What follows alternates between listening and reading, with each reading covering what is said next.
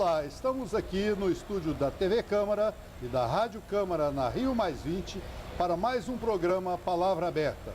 E o nosso convidado de hoje é o deputado que está aqui conosco, Felipe Pereira, do PSC do Rio de Janeiro. Tudo então, bom? Felipe, como você está se sentindo, sendo um filho dessa cidade, vendo ela tomada pela questão ambiental, pela discussão do meio ambiente dessa Rio+20? Bem, João, primeiramente cumprimentar os nossos telespectadores, nossos ouvintes da Rádio Câmara e dizer que é uma satisfação, como um carioca, como um fluminense, estar aqui hoje como anfitrião na cidade do Rio de Janeiro, recebendo não só delegações, mas recebendo olhares do mundo, né, em prol de uma esperança para o nosso futuro, da nossa questão ambiental, da nossa questão da consciência ambiental no mundo inteiro. Então, acho que é uma oportunidade que nós, cariocas, nós fluminenses temos de externar verdadeiramente aquilo que nós temos de primordial, que é a nossa capacidade de receber bem e, principalmente, receber bem de uma forma limpa, né? Eu acho que esse deve ser o nosso foco. Principalmente de uma forma limpa e que não faça tanto calor, né? mas aí não temos como fugir muito disso, até por causa das questões que estamos discutindo, né?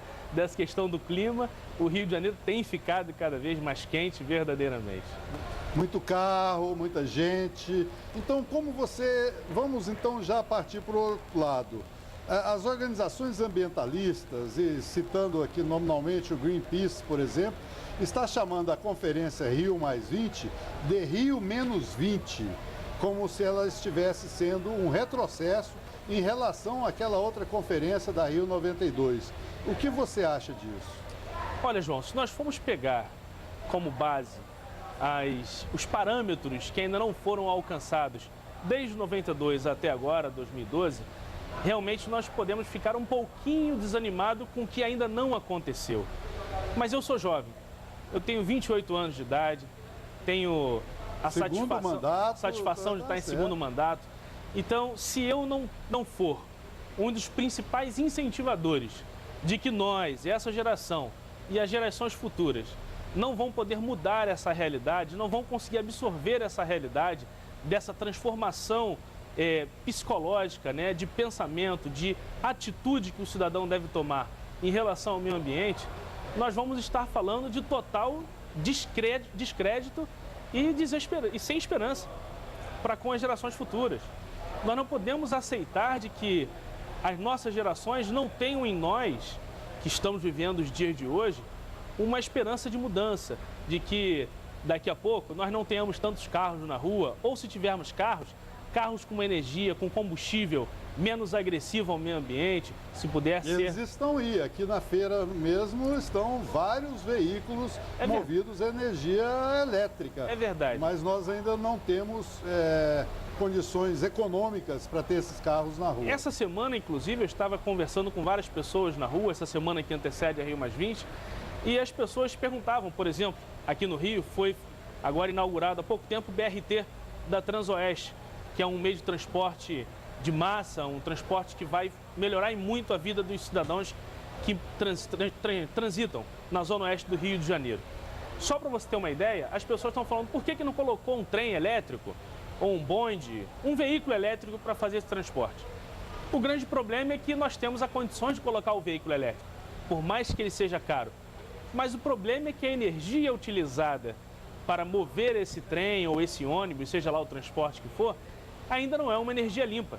Então, seria um contrassenso gastar um investimento caro num transporte relativamente moderno e de emissão zero de poluente, porém a energia que o alimenta viria de uma usina nuclear, de uma usina elétricas dessas que nós conhecemos, as hidrelétricas, enfim, tudo isso.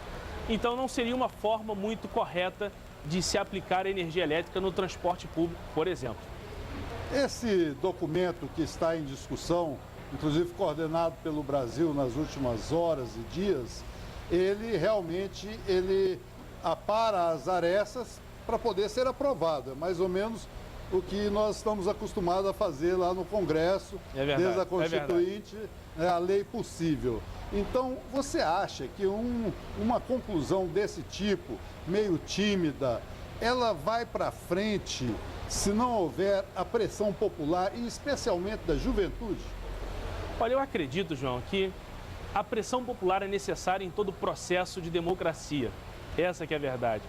Esse processo desse documento que está sendo forjado, né, a várias mãos, a várias nações que estão aqui forjando esse documento, é um processo que tem sido demorado, porque são muitos os impasses que nós encontramos. Por exemplo, quando nós falamos aqui de Europa e Estados Unidos, nós estamos falando de dois países, duas nações, né, que vivem uma crise econômica.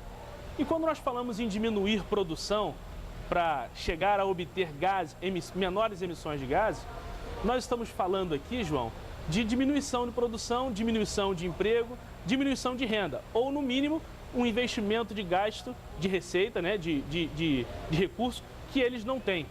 Então tudo isso poderia agravar uma crise. Então, se não tiver uma pressão externa, ou seja, uma pressão popular em cima dos nossos governos, seja do brasileiro, do americano, do europeu, seja onde for, nós não vamos conseguir chegar a um consenso e a um resultado que seja agradável e imediato. Nós teremos resultados mediáticos, né, e futuros, mas eu não acredito em nada tão imediato. Mas você acha que a sua geração está preocupada com isso? Ela está engajada em pressionar os legisladores, os governantes a adotarem atitudes, digamos, ecologicamente corretas? Eu acredito que sim, porém, ainda falta muito de conscientização para que a juventude como um todo possa estar enganjada. Diga-se de passagem, os movimentos que nós temos como Greenpeace e outros mais, que são a favor dessa causa ecológica, ambiental, eles estão com números reduzidos ainda de adeptos. Se nós conseguirmos conscientizar a população, por exemplo, brasileira, da necessidade de nós desmatarmos menos, de nós investirmos mais numa energia sustentável, numa energia limpa, numa eficiência energética melhor, por exemplo, lâmpada de LED, o nosso Maracanã está sendo feito um projeto de reforma agora, nosso 60º, né? E toda a iluminação do Maracanã terá placa de energia de captação solar, terá iluminação de LED que tem uma eficiência energética maior.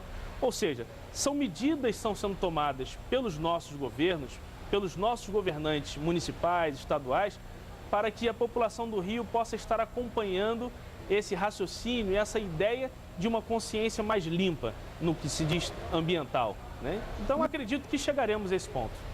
Muito bem, Felipe Pereira, nosso deputado do PSC aqui do Rio de Janeiro.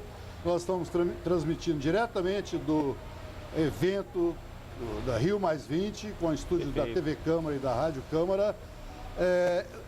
Antes de agradecer a sua participação, eu gostaria de, resumido em uma, duas palavras, se você é contra ou é a favor, a questão do estímulo que o governo deu a veículos, ao invés de outros setores.